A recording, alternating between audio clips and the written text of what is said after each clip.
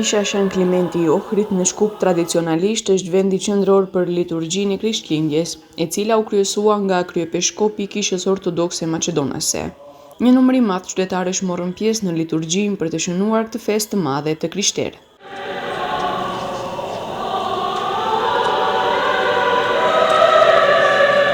Në liturgji morën pjesë edhe udhëheqësia e shtetit. Ata i u drejtuan qytetarëve për paqe, shëndet dhe mirëqenie.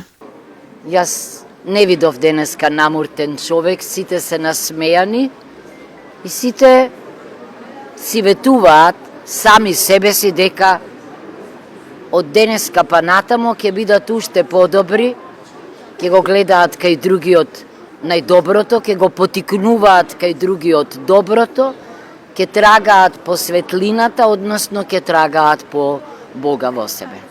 На православните христијани да им го честитам Христовото раѓање. Христос се роди, вистина се роди, а на сите граѓани да им посакам пред се здравје и среќа и мир во домот.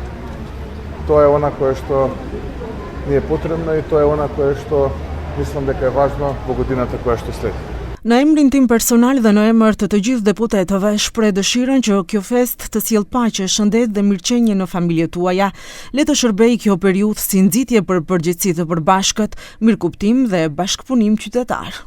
Në liturgji mori pjesë edhe kryetari i opozitës së LSDM-s Venko Filipçe. Посакувам мирни празници, посакувам весели празници на сите верници кои денес овој празник го празнуваат. Ова е традиционален повод да се собере семејството, да се соберат најблиските, да се покаже почит, да се покаже грижа. Посакувам денот да помине мирно, а мирот во овие турбулентни времиња ни е и тоа како потребен за да можеме да продолжиме општеството да го градиме, да биде праведно, да биде толерантно, da bide slobodno. Krishti ka lindur, me të vërtet ka lindur. Kjo përshëndetje përdoret për ditën e sotme. Krishtlindja festohet për 3 ditë. Mëngjesi i Krishtlindjes fillon me tingujt e kambanave të gjitha kishave dhe tempujve ortodoks që dëgjohen në agim.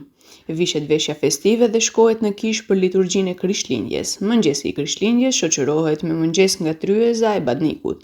Gjithashtu, nga kjo ditë ndalen agjërimet e Krishtlindjes. Familjet me fëmijë të vegjël pas mëngjesit përgatiten dhe shkojnë për vizitë tek të afërmit e tyre. Sipas besimeve, qëllimi i kësaj feste është të lidh njerëzit në këtë ditë me Zotin dhe me të afërmit e tyre.